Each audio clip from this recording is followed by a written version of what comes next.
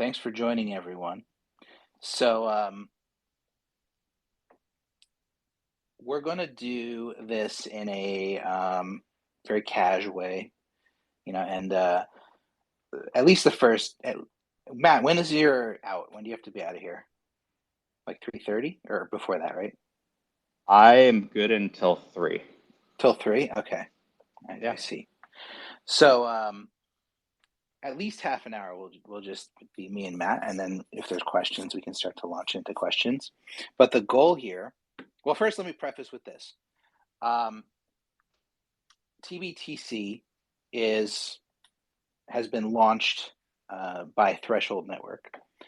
Threshold Network and Threshold DAO have very generously, in the past month, offered to help fund my work with Blec Report, which is a website that I started just in December. And I asked projects to step up if they thought this work was important to help me out, because I have no real source of income at all.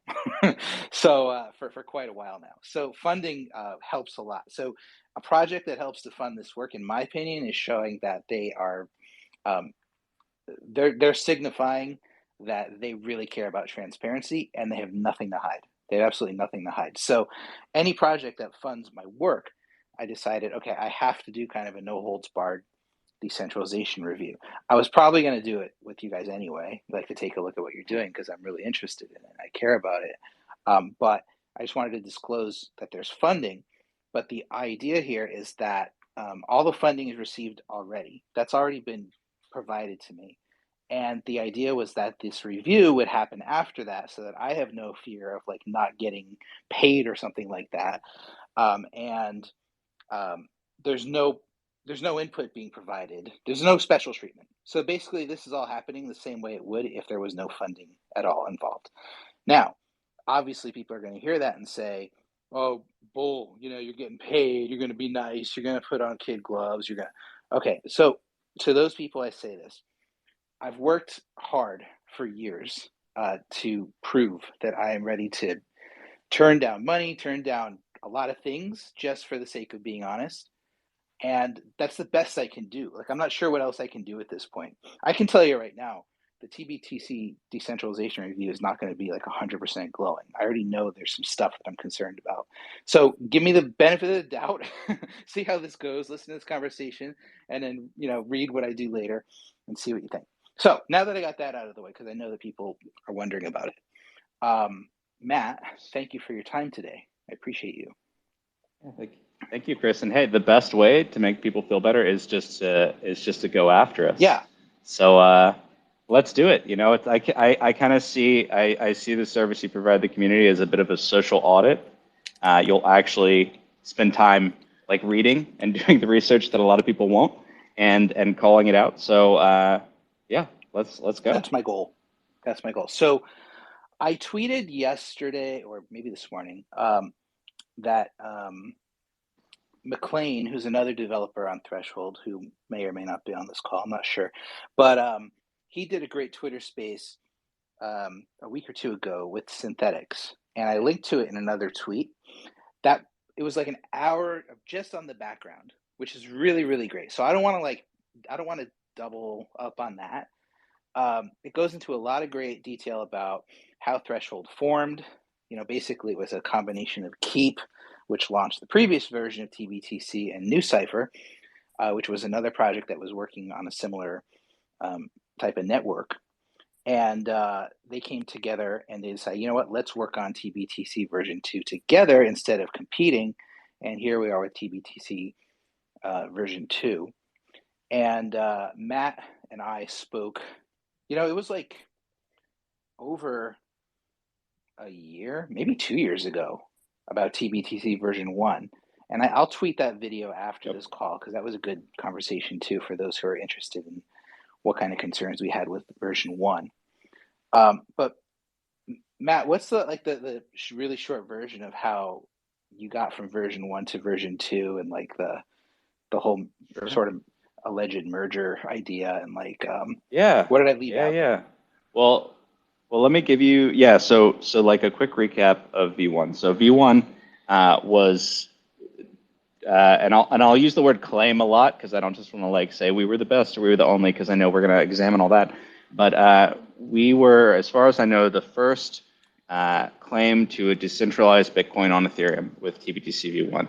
And we launched that, I think it was in May 2020. And like 3 days, we did a guarded launch. We sort of like did everything. We had all these audits. And then like 3 days in, one of our own people found an issue. And so we pulled back the release. We had a pause button where basically the only governance parameters were pause and then a few economic parameters around fees. And so we hit the pause button, we pulled it back, and then we ended up relaunching later in 2020. But by the time we'd relaunched, RIN had come to be, and RIN BTC had grown quite a bit. WBTC DeFi Summer had kind of shot it off to like an incredible lead. And so once we relaunched, a few things happened. So the way that tBTC v1 worked is that you would every time you would want to deposit Bitcoin, we would ask our stakers. We would actually use a random beacon to choose our stakers, and we would choose a 3 of 3. They would come together and they would create a threshold ECDSA setup. It could have been a multi-sig. In this case, it doesn't really make much of a difference. And they would put down ETH. They would put down at launch 150% of the ETH worth of the Bitcoin that they were going to protect. And then, as a depositor, you could deposit your BTC. You could be confident that if your BTC were messed with, SPV proofs would be used to actually seize the backing ETH, and then those stakers would be removed from the network. So it was like this really kind of like an Iron Man attempt to bring Bitcoin to Ethereum, but it had a lot of issues. The biggest issue was as we left the guarded launch, I think we topped out tBTC v1 at around 2,000 BTC, and then it stopped growing. And the reason is because if we didn't have enough ETH in the system, and stakers didn't put up enough ETH, it couldn't accept more deposits. And so, if you do the math, you say, okay, well, this is like a 2.5x collateralized system to make up for the fact that like Bitcoin doesn't have a trustless way to peg back. So we grew and then we stopped and we learned a lot. So in addition to the obvious stuff, okay, there was a scalability limit and we ran smack dab into it. Some of the other issues we found were that we were kind of like the protocol design was pretty unfortunate for stakers. It was very much like stakers are the enemy and depositors need to be guarded at all costs. But what we found out is that there was a lot of friendly fire. So we had lots of things where it was like, if you don't get your Bitcoin back in 2 hours, the staker loses everything, and that it's just not reality. Often stakers need longer if there's an issue. Like 2 hours is not human time. So and then the other issue. So we had a scalability issue, and we had this sort of like kindness to stakers. Like it wasn't particularly humane to be a staker. The other issue that we ran into was that it just cost so much in gas. So like you could go to mint and it could fail because there wasn't enough ETH, and so now you've wasted gas and you haven't even gone across the bridge. So that was tBTC v1. So wait, before you go on, and after that let me ask you a question. Of course. Because so Please. tBTC v1, you talk a lot about staking and the ETH, but there was Bitcoin. Yep. It was on the Bitcoin chain. There was it Bitcoin, was secured indeed. By, so it wasn't synthetic. So the Keep network, which is now the Threshold network, is a network of nodes that is responsible for securing the Bitcoin private keys for the Bitcoin that's being custodied. So that's exactly right. Has that model changed from V1 to V2 as far as the custody model? The fact that custodians are coming from Keep and now T stakers hasn't changed. Okay. So that component is the same. And just let me. The components that have changed are of course. I'm gonna lead you a little because I don't want to run out of time because I have a lot of stuff to get to. So the Bitcoin is on the Bitcoin chain. There's obviously private key for every wallet that contains Bitcoin that's being custodied. The private keys are now tell me if this is right. The private keys are being sharded in some way across. I don't know if that's the right word, but across a number of different nodes on your network. Right, that is not. That's correct. Your network does not exist on any blockchain. Your network is just your network. It's a peer-to-peer network, and it stakes on Ethereum, and it sort of has to follow the directions that are issued on Ethereum. But yes. Okay. And so that model has not changed from V1 to V2. Correct. I mean, it's changed in the sense that V1 was just keep, and V2 is keep plus new cipher equals threshold, basically. Okay. Exactly. And the guards around that model have changed, right? Like the recourse against stakers is different. All of those details are quite different. Okay. But the part where the custody is still happening by those nodes is the same. On V1, Um, yeah. how many nodes on the network would have needed to collude to steal Bitcoin? Let's just get right into it. So it would yeah. So it would require. So this is the huge difference from V1 to V2. So I'm going to try to be very specific with how I speak here because with V2, this is the part that works very differently. So in V1, you would have to have a 3 of 3. So there are many 3 of 3s. So to be clear, there were many wallets. Every deposit got its own wallet. And you would have to have 3 of those stakers collude, and they would lose their ETH if they did. So the only real there were 2 opportunities if you really wanted to attack V1. So one of them was wait for the ETH price relative to BTC to just drop precipitously, and then steal the Bitcoin. And so then those 3 of 3, they collude and they take the Bitcoin. Now there's a fraud proof that happens, and they would get slashed, but that's how it works. But the other thing was this also all relied on a BTC ETH price oracle.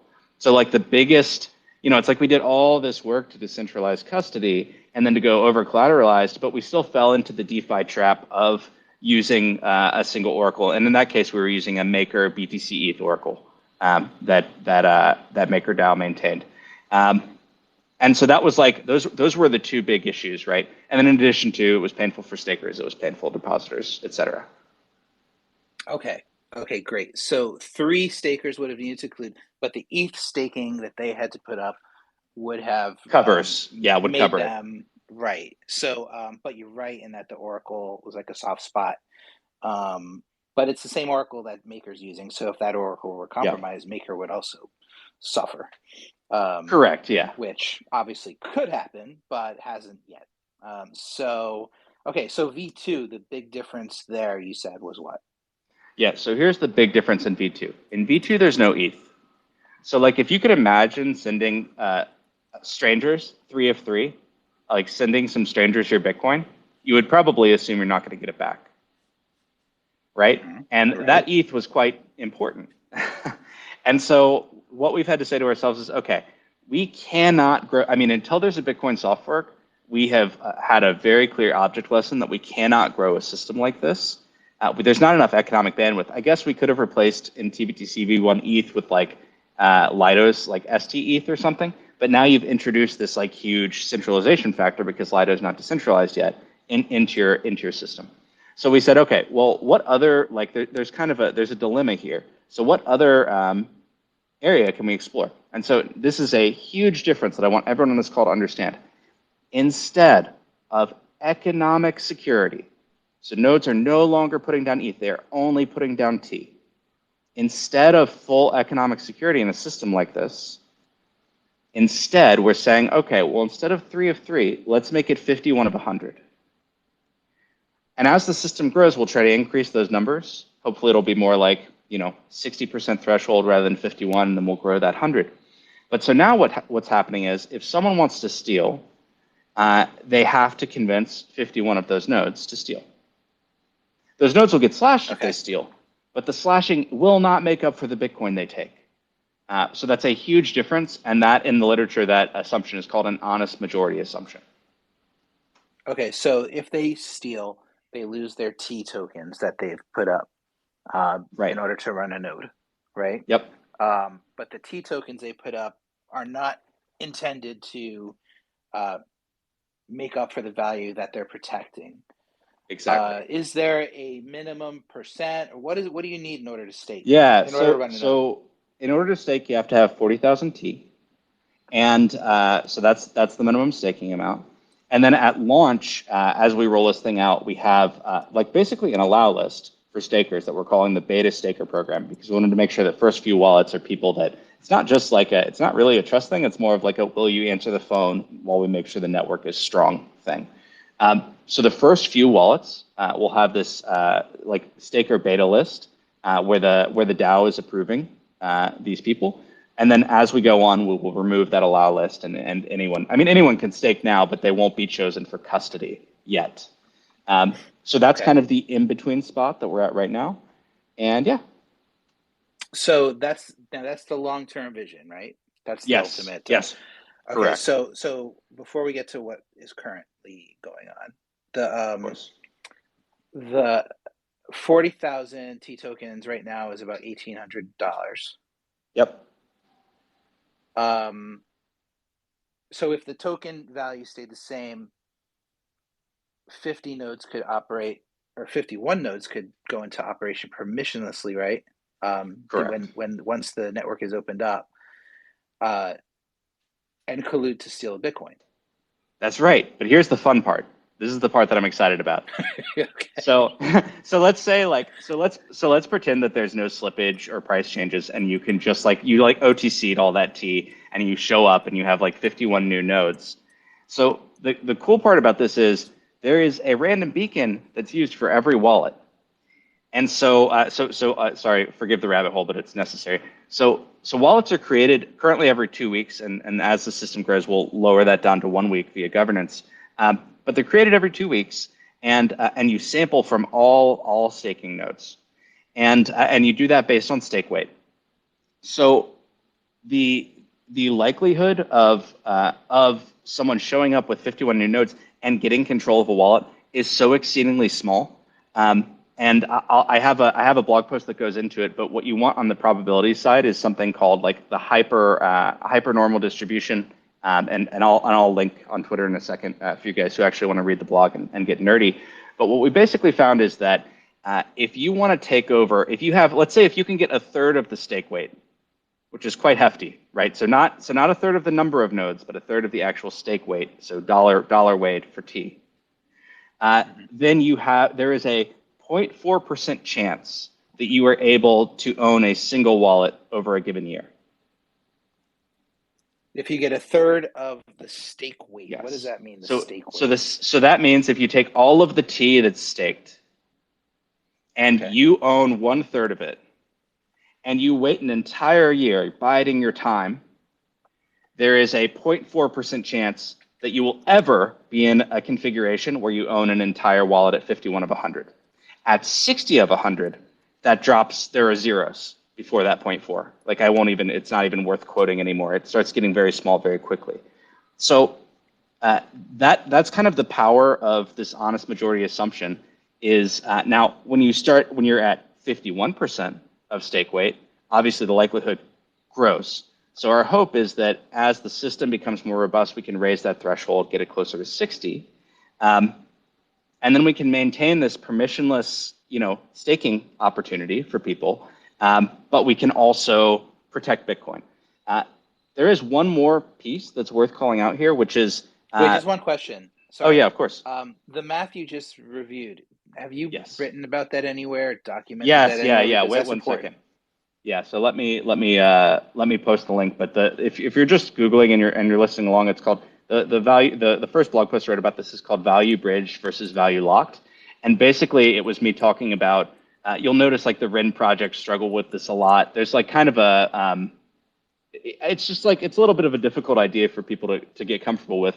But it's the subtitle is Unlocking Economic Scalability in tBTC V2. And the idea is, and I can quote numbers if you want, and I'll also post this link. I'll DM you, Chris, and then wherever we want to put it after. Okay. But yeah, so the basic idea is that as long as you have enough honest people, and this is important, you have a random beacon that works, which it turns out is one of the first things that we launched on the Keep network, a BLS-based random beacon, then there's very low likelihood of an entire wallet being stolen. So obviously, I can talk more about the how much I trust people, yada yada. But like ultimately, we're building software that should be able to deal with untrustworthy people. Like that is the entire point of our space. And the trade-off that we're making here to get scalability and to allow permissionless staking is we're saying, well, we believe, given this token holder set, that we can keep the honesty threshold low enough that this is secure.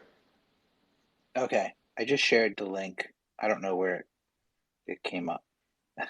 It's in the actually there's a little bubble down at the Oh, there bottom. you go. Side chat. Um, um, so that's important. I got to read that because I didn't look at that before this call. That's like the most critical part of V2 custody, it sounds like, because like I Indeed. said, like even like right now it's $1,800 to run a node.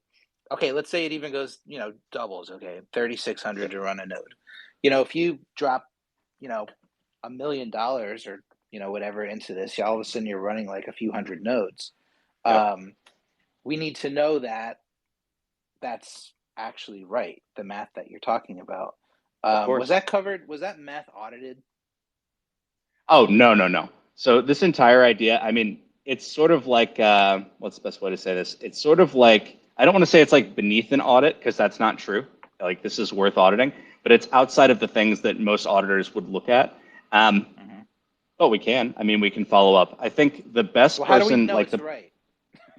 well, yeah, yeah. I mean, Right. okay, so I'm going to be this guy. Eventually, you do have to do the math, right? So like, eventually you do have to do the math. And I would say that, and as we'll talk about in a minute, we have a ton of other issues that I think probably are the things you would look at first in a new system before this. But yeah, if you want to get comfortable with this idea, it is high school level prob stat. It isn't like fancy. I didn't go into like any sort of like crazy calculus or anything like that.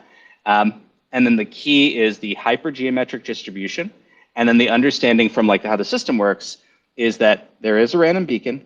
The random beacon chooses based on stake weight, not based on node number. So it chooses based on how much T you have.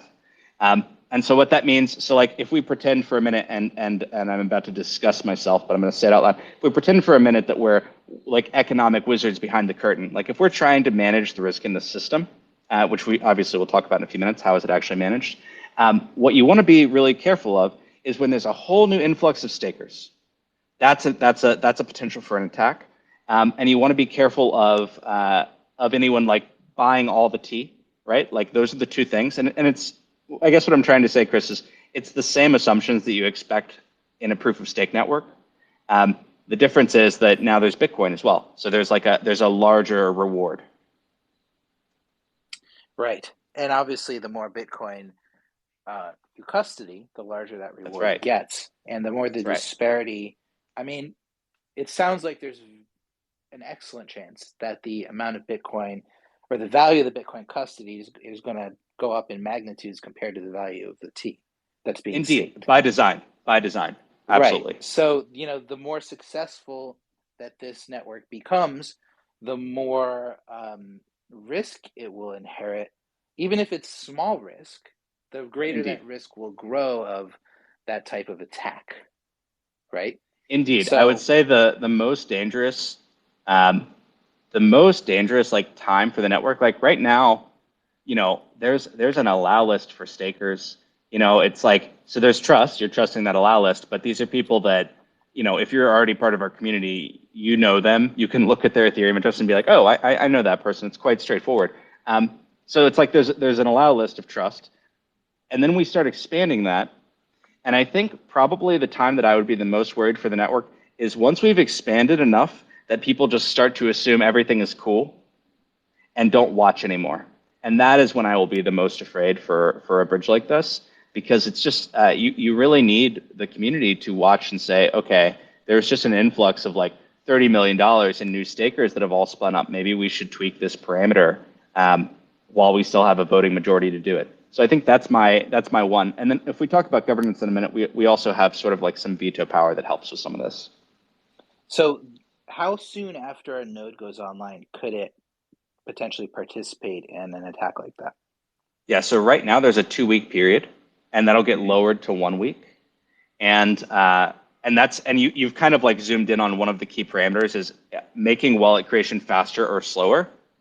The faster wallets are created, the easier it is for new money to sort of like get a whole bunch of Bitcoin, and the slower Mm. wallets are created, the much more difficult it is to do this. So even if you put $30 million in tomorrow, can you then get a majority in 2 weeks? That's an open question. I mean, right now, actually, I'm not Right. sure. I'd have to pull up a spreadsheet, but in general, it's going to get more difficult as we change that parameter. Yeah, and if this were to be used on an institutional level or any huge money. Um, Anybody who's thinking of putting in millions and millions of dollars worth of They Bitcoin should should think stake. about they should stake, but they should also Yeah. think about spreading it out over weeks or months, right? Because you want Yes. to be across several different wallets. You don't want to dump $10 million worth of Bitcoin in, make it susceptible to some sort of a problem with it all being in one wallet that's active at that time. Um, anyway, that's kind of the vibe that I'm getting. Yeah, Because no, if you're it, right. You're right. If you were to spread your funds out between wallets, it's safer. And then you can have all sorts of different thoughts about which wallets will be more or less honest. Hell, you could even do it based on the particular stakers in a wallet. Like you could say, I don't trust this right. person because X, or I'm confident that these people have been KYC'd at some point because of Y or Z. So if you wanted to do that, you could actually wait for a wallet that you're happy with. Um, but actually, that would affect everybody that holds the token, right? Because if It there were would. some sort of an attack like that, it's not like just that person who deposited that Bitcoin would suffer. It'd be everybody Exactly. who holds the token. So, No, it's a okay, social. It's on the Ethereum side. The risk is socialized. So okay, when you're first making a deposit, and I won't go too much because we don't have that much time. But when you're first making a yeah, deposit, there's individual risk, and then once you've minted tBTC V2, that is a socialized risk. okay, okay. So currently, you said there's an allow list. How many nodes are there right now? So there's 40 nodes on the allow list, and there's I want to say 120 nodes that have authorized tBTC V2, and 200 nodes total in the network. So those are people who are still flipping on uh, basically the tBTC V2 specific code. Um, and where I'd like to get that is closer to over time, closer to 1,000. I'd love to see that maybe by end of year or middle of next. But yeah, so right now you've got 40 nodes that are custodying in this first wallet, and then that'll grow as the allow list gets expanded. How is the allow list formed? What's the criteria? So currently, it is you post your interest on a form, and it goes to the council, and the council makes a completely opaque decision. And this is important. This is a 6 of 9 council. So this right now is the most centralized component we have talked about on this call. So eventually, we'll remove this allow list, and perhaps also give the allow list power in the future to the DAO if it ever needs to specifically do that. But yeah, so and then how we're doing it on the inside, and all of the people on the council are named, and I don't have them all memorized, but you're welcome to look them up. It's all public. But then how we're making that decision on the council is basically, do we have any idea who this person is, and then has their uptime so far been good? So stakers this time around, we didn't do this with V1. We've asked them to all opt in to public metrics for their node so that they can be viewed. And that's made it a lot easier for us both on the dev team and as an outsider to say like, oh, that person actually is quite likely to just flip their node off, because that's what you're worried about at the beginning. Like at the beginning, you're worried about liveness, and then later you're worried about malice. Right. Um, are they doxed? Yes, yes, I believe everyone in the council is doxxed. No, Some sorry, the some node people. operators, the Oh, whitelisted node operators. many. Yeah, yeah, yeah. Many of them, but not all of them. So I can say that someone on the council has a connection to every single node, or we wouldn't have put them in the first batch. And this is another one. I can say that all of the staking providers who are part of that are doxed. So that's Staked, P2P, and Boar are our first 3 staking providers. We'll start bringing on like individuals who aren't using staking providers shortly, but obviously the diligence is going to take longer for someone like that. Okay, I'm going to ask you a tough love question. Lay it on me. What's the difference between those 40 node operators who are Yeah. custodying the Bitcoin and BitGo? Well, there's 40 of them, and there's one of BitGo. Um, so ultimately, and I don't think it'll surprise you to hear this, like there is no way to build a trustless Bitcoin bridge without custody. It requires a soft fork. Until we have a soft fork, there's always custody. So, it's fun to say not your keys, not your coins, but it is not possible with Bitcoin, period. And I Okay. would love to see if someone has a new design. So with that said, there will always be a BitGo. In this case, there are 40 of them. So the question that I like to ask myself for a system is, how many doors do the feds have to knock on to take it down? So the answer for Mm-hmm. us for custody is 51% of 40 people or 40 nodes. that will, which, I don't know if they're all the same people or not, but I'm pretty confident they're disparate. 51% of 40 people at the beginning. And then as we grow and we expand to the entire node set, it'll be 51% of 200. As we grow that larger, it'll be 1,000, et cetera. But like these are things that you should watch very carefully as a user. But the other doors are the Okay. council's doors. That's a 6 and 9. So like if you're an outside actor and you want to corrupt, go for the council because it's easier than contacting 40 people. It's easier to contact 6, and it's easier to wrench 6 people. And so that's why I know the council is quite excited to hand off this responsibility to the DAO proper and actually have people Can the vote on it. council can the council shut down the network basically by removing nodes? So what the council can do right now is they can add nodes but not remove them. I think this is with a huge caveat. I'd have to actually check the code, but I believe that they can add and not remove. And then the That's other kind thing of that they could important, do if they Matt. wanted, well, I'm doing my best, man. It's a big system. I'm doing my best here. So actually, let me say this: they definitely can't shut down a node that's already in a wallet. Okay. So period. It's like that's just far out of their control. But what they might be able to do, if I were the council and I wanted to like really mess with V2 right now, would be when we talk about optimistic minting, would be to remove minters. So that would effectively make the system not be able to take in more BTC. And then maybe they can also remove nodes. Though again, I'm pretty sure that that's not the case. I'm pretty sure they can only add them. Okay. So what I'm hearing is that obviously BitGo is subject to regulations and does a lot of Indeed. KYC and et cetera, et cetera. They operate like an exchange basically in that regard. Um, Yep. keep sorry, Threshold is launching this network, um, basically hoping to outrun that situation. That's what I'm hearing. We'd like to. And with Yeah, yeah. So the we need all the council, numbers to I mean, go it up. sounds kind of it Yeah. sounds so right now, yeah, like the council. And I mean, first of all, attacking 51% of 40 isn't all that hard. I mean, No. basically a regulator could come out and say this, we're sanctioning blah, and then they would just shut their Indeed. nodes down and eat the loss, right? Because they're like, I'm not doing this shit. I don't know. So, and I'm then, truly not sure, but I think as we grow that to 1,000, like the likelihood of that happening is going to go down, right? Because fewer people are going to say, "I'm shutting down." And we saw well, this yeah, recently with with OFAC and with block producers. Is like, yes, this is completely a risk, um, but it's always a this is risk if stuff you we have have to a think about custodian. because if I'm Exactly. holding significant value in tBTC, thinking that it inherits Bitcoin's decentralization properties, when in Yep. reality, the feds could put out one bulletin and freak out 21 people enough to shut their Definitely. nodes off or to collude to Definitely. drain it and turn it in. I mean, I don't know.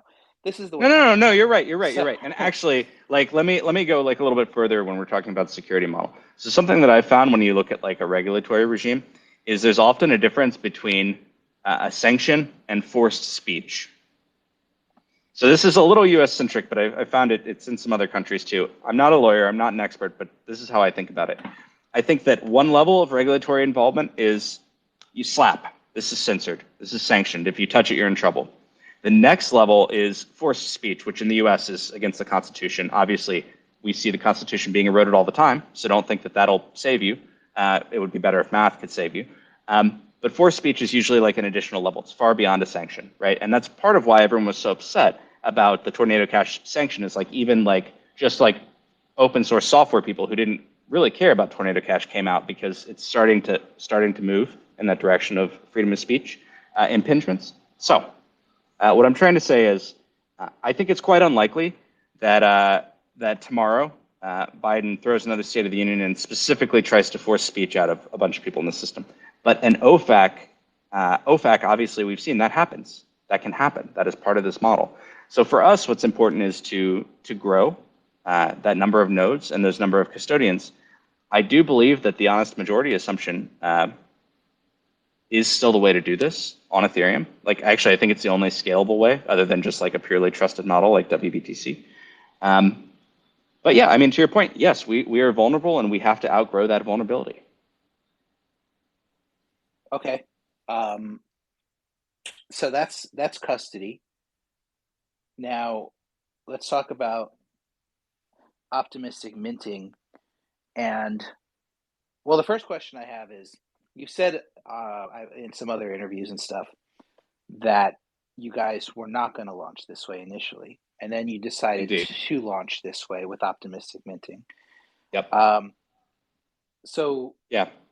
That what? was tough. We got a few other things like that, including the lack of a guarded launch. Yeah, hard Yeah, I decisions. guess my first question is, how do you feel about the trade-offs that you made? Because you clearly made trade-offs Sure. in Yeah, security, in safety. How do you totally. justify that to yourself? Because the So, last conversation we had with V1, of you were course, really, really cautious. You were careful.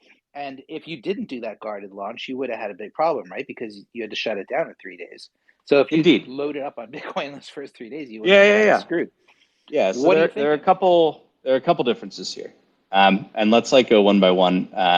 So one of the differences is that we've spent 2 years on this. Um, the amount of dev and testing time that's gone into tBTC V2's custody in particular has been incredible. Um, I think we're 3 audits deep now in the smart contracts, so it's quite audited. But the most important, the part that I was the most concerned about, the custody, is rock solid.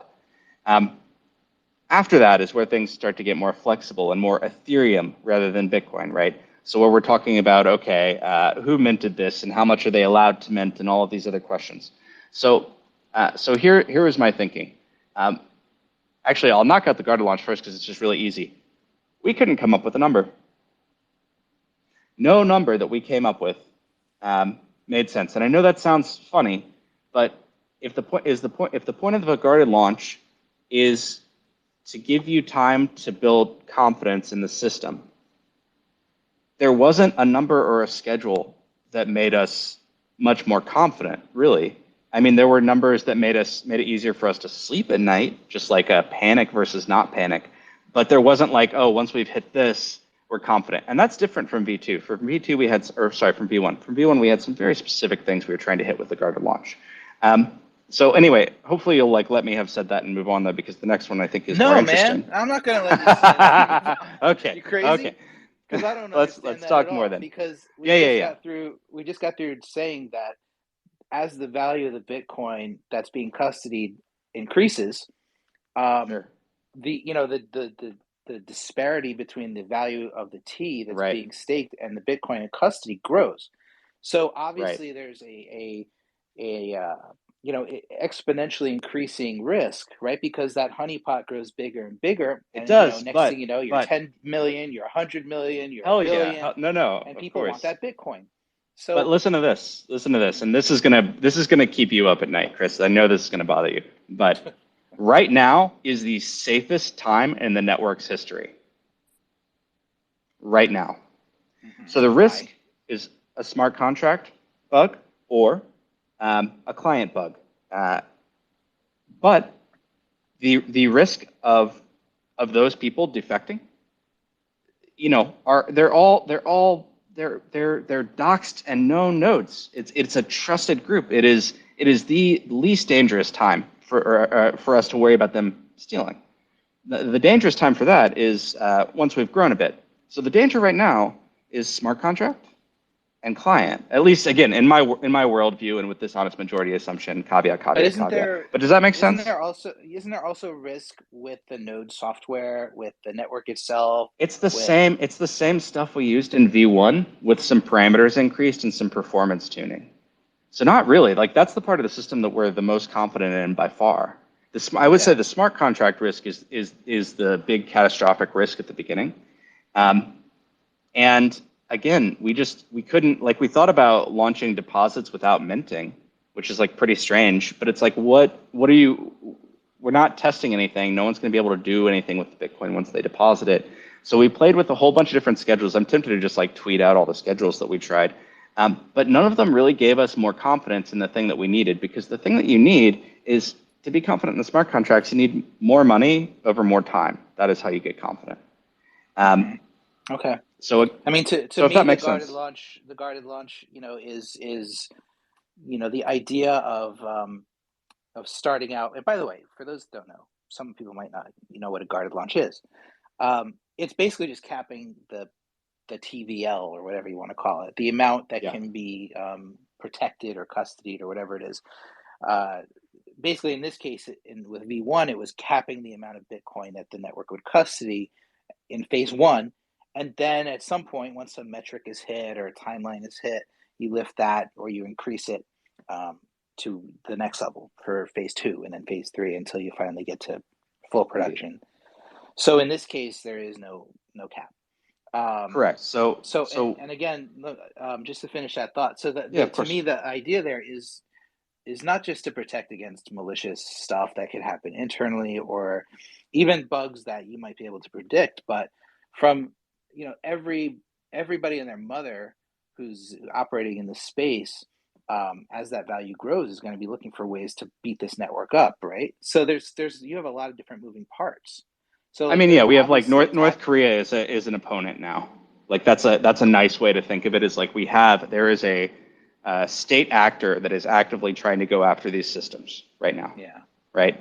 right. So yeah, so just to put like a face on it, because people love the North Korea boogeyman. So let's use it on our side as well, right? So again, the way that I'm looking at this guarded launch is it's ultimately about testing and it's about risk mitigation.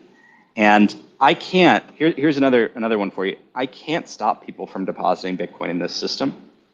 Um, like the way these wallets are structured, like Bitcoin doesn't have a like do not accept payment button, right? Um, so so people are going to do what they're going to do. The other component that we've done that also makes me feel better about the lack of a traditional guard, or well, I say traditional, but we were like kind of the weird guys for doing it in the first place. But the lack of a I know, guarded and launch. I just want to say that too. That I'm only giving you a hard time about it because you did it before. Like nobody Of does course, of guarded course. launches. Like there's been like Yeah, two in the history of DeFi. So like yeah. I'm only No, giving you a hard time because you did it before. no. The other thing that I feel good about is right now the way that deposits work is they use a bit of Bitcoin script that allow people to just take their Bitcoin out of the system after. I mean, currently it's set at 9 months, so it's pretty long. But what's nice about that is if there's a catastrophic failure in tBTC tomorrow, we have 9 months where every depositor can get their Bitcoin back. And again, this actually doesn't rely on our honest majority assumption, it doesn't rely on anything but Bitcoin and the Bitcoin network. So that's the other piece that made me feel a lot better about the lack of a guarded launch. Now, people who buy and sell tBTC actively are still taking on the risk that a guarded launch would lower a little bit, but actual Bitcoin depositors aren't. So if you think the Bitcoin depositors are likely to be the tBTC holders on the other side, they've honestly got something better than a guarded launch in that they have a refund button, but that won't last forever. Right. Okay.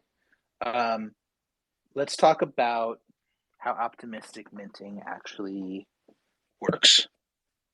Can you just Sure. give like the quick version of that because there's some stuff Yes. there I wanted to go over with you. Yeah, so two groups. There's a Minters group and there's a Guardians group. The Minters say, yes, let's mint tBTC. We see a deposit and we agree the deposit is legitimate. And the Guardians have a 3-hour window to stamp that out and say no. And that's a window will slowly shrink as we get more confident in the network. You need one of N Minters to mint. And if no Minters will mint, that is censorship. So if no Minters mint, then you're getting censored. You also need one of N minter to mint, and they could inflate supply. So that's the other way they could be dishonest. They could either ignore a request, in which cases people can get their Bitcoin back, but it'll take a while, or they can inflate the supply. And on the Guardian side, all they can do is they can say no to a particular minting request. So that is, and it was inspired by one of the core ideas behind Nomad. Obviously, I don't particularly want to be associated with Nomad as the bridge and how that went down, but some of the economic ideas behind it and the game theory ideas were quite strong. Okay. And you guys announced a list of minters. There was We did indeed. like a dozen or so, right? It was It's like I forget how 7 many minters exactly. currently, and it's 7. around a dozen. I'm like pulling up lists here. My goldfish brain is I know is not always helpful for this, but here, 1 second, I'll get the actual list up. Well, you listed a bunch of DeFi projects, basically, Yes. mostly, and DAOs that are acting as Yep. minters. Minters have, and this is again just in your phase one Indeed. rushed. We don't want to wait anymore. YOLO launch. Maybe Uh, not how I'd characterize it, but yes, this is in an effort to get to market faster. Yes, we'll the keep YOLO optimistic launch. I'm minting going to call around it that. later. Oh God, Okay. the levels of maturity over other DeFi launches, it's still quite robust. But sure, continue. I agree, and I again, it's tough love. Yeah, I no, I appreciate it. appreciate the Yeah, yeah, work you guys are doing, but I also see that you've made trade-offs. So yes, and this is one of the the the biggest ones.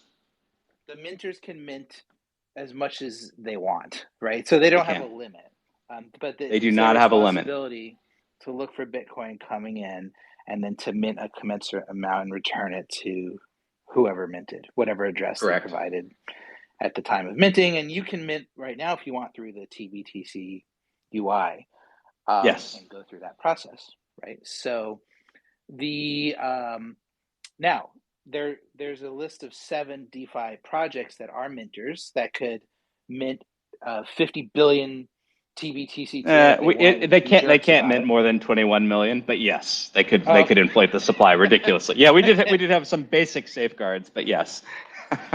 Wait a minute. So each minter can mint up to 21 million. That's awesome. So Correct. you could have Anyone right 21 now million. could try any mentor right now could try to inflate the TBTC supply.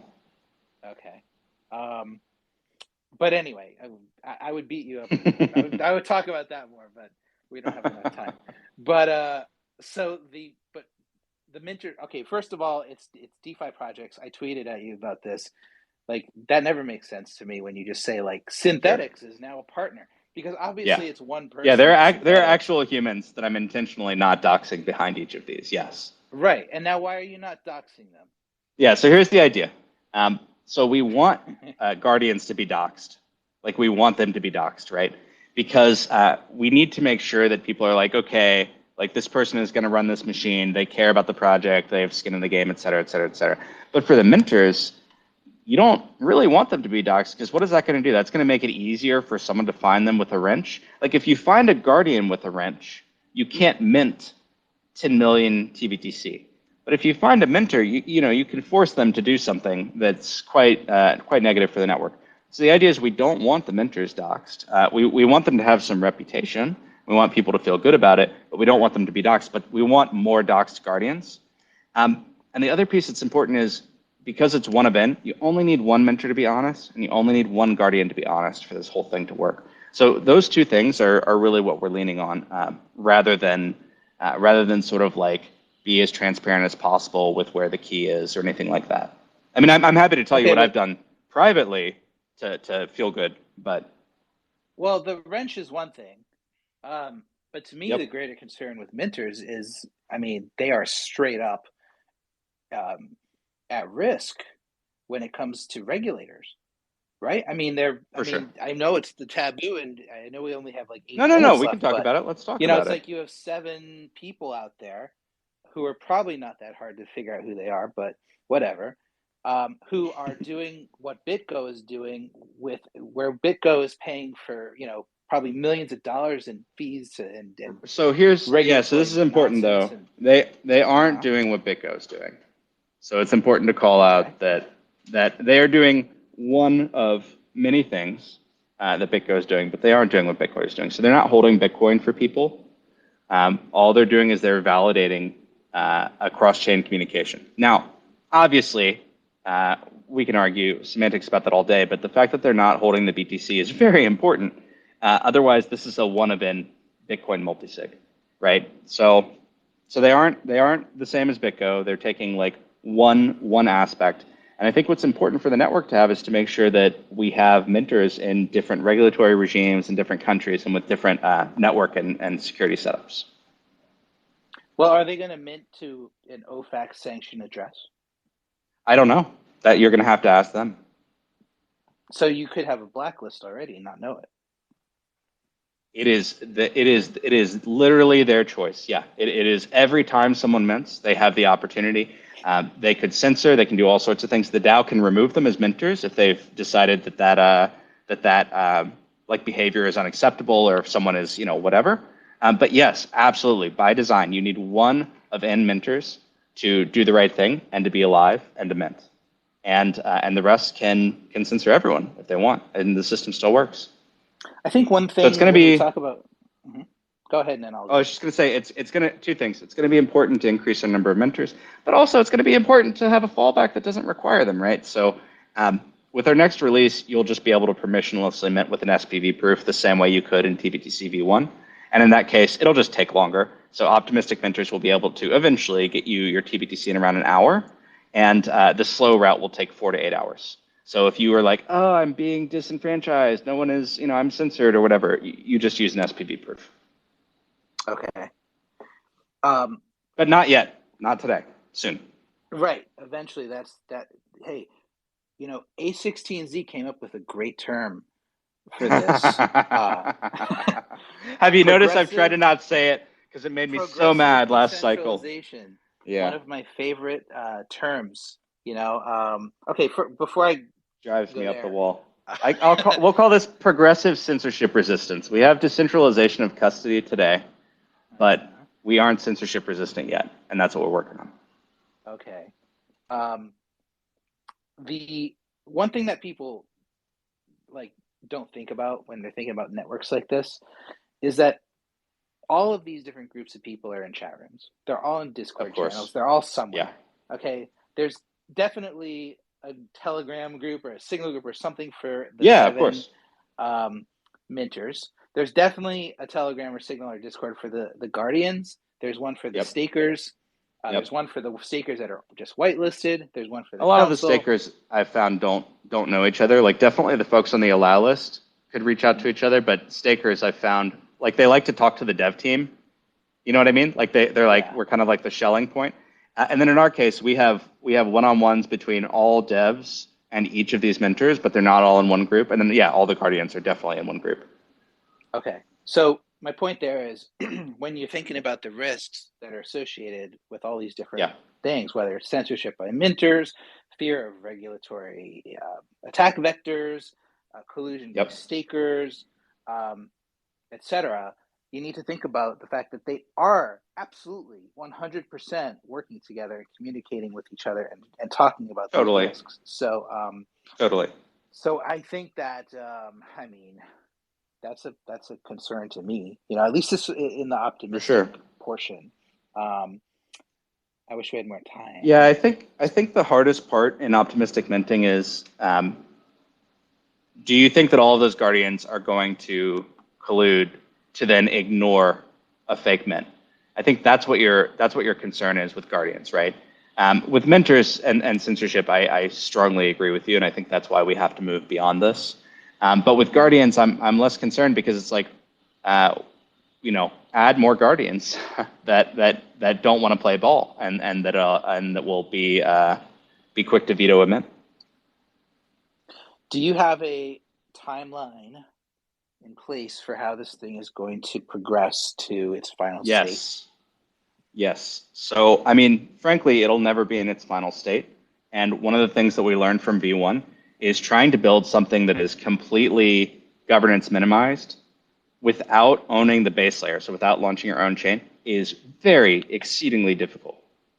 Like cross-chain governance minimization, like when we can barely do governance minimization on one chain, is really hard. So that said, um, what we'll do as we like slowly patch all the things and remove people is we'll move from where we are now, which has optimistic minting, to the next version will have the SPV turned on, so you'll have permissionless minting, where optimistic minting only lets you quick mint. And then the next version after that will have redemptions turned on. And then at that point, you have a complete system, and the rest is just risk parameters. So yeah, I would give it Okay. for redemptions 3 months, maybe. Okay. Yeah, we didn't mention that you can send Bitcoin No, in it's right a now, pretty but you big can't send thing it to out. not mention. Yeah. Yeah, Well, exactly. geez, there's so much we could have done this for 2 hours. Easy, man. Um, okay. Yeah, and we're coming up on 3 o'clock. So the things that I'll just tell you what I am going to dig into more. And Threshold has been awesome in helping me get access to this info, and I'll keep on digging. And I want to get comfortable with some stuff, but the stuff that stands out to me, obviously, we've talked about a lot of it, the minters and stuff like that. But then beyond that, you got the council, you got the 6 of 9 that has a lot of Yep. power. You've Yep. got, I saw mention of an emergency security dev multisig. That's a different multisig, right? Yeah, we do, but it's usually pause. Um, I might Okay. literally bring up Solidity if you want to dig into like everywhere it's used, but it's we don't give like dev multisigs a ton of power. We try to limit it to just Okay. pause. So, but I will Okay. And actually then, dig in and make sure that I can enumerate its roles for you because I think that it's really important. Like our docs aren't there yet. If you want to see what every single address can do, we can't give you a list, and I think that the DAO and the teams need to come together and knock that out. right. And then I just glanced at it, but I glanced at the bridge contract and I saw some kind of ownership rights there. And I have to dig Yes, into yeah. So the that. so the Governor Bravo can upgrade the bridge. That is another piece of upgradability. Okay. So the bridge is upgradable by the DAO, Indeed, right? That's the DAO. Okay. That's T voting. That's that is how T that works. voting using Governor Bravo. Yeah, so that's compound style voting. The changes we've made to Governor Bravo also allow staked nodes to vote. So that's the big difference. And I'll also point you to God. We really didn't have enough time for this. We also actually have a bicameral DAO.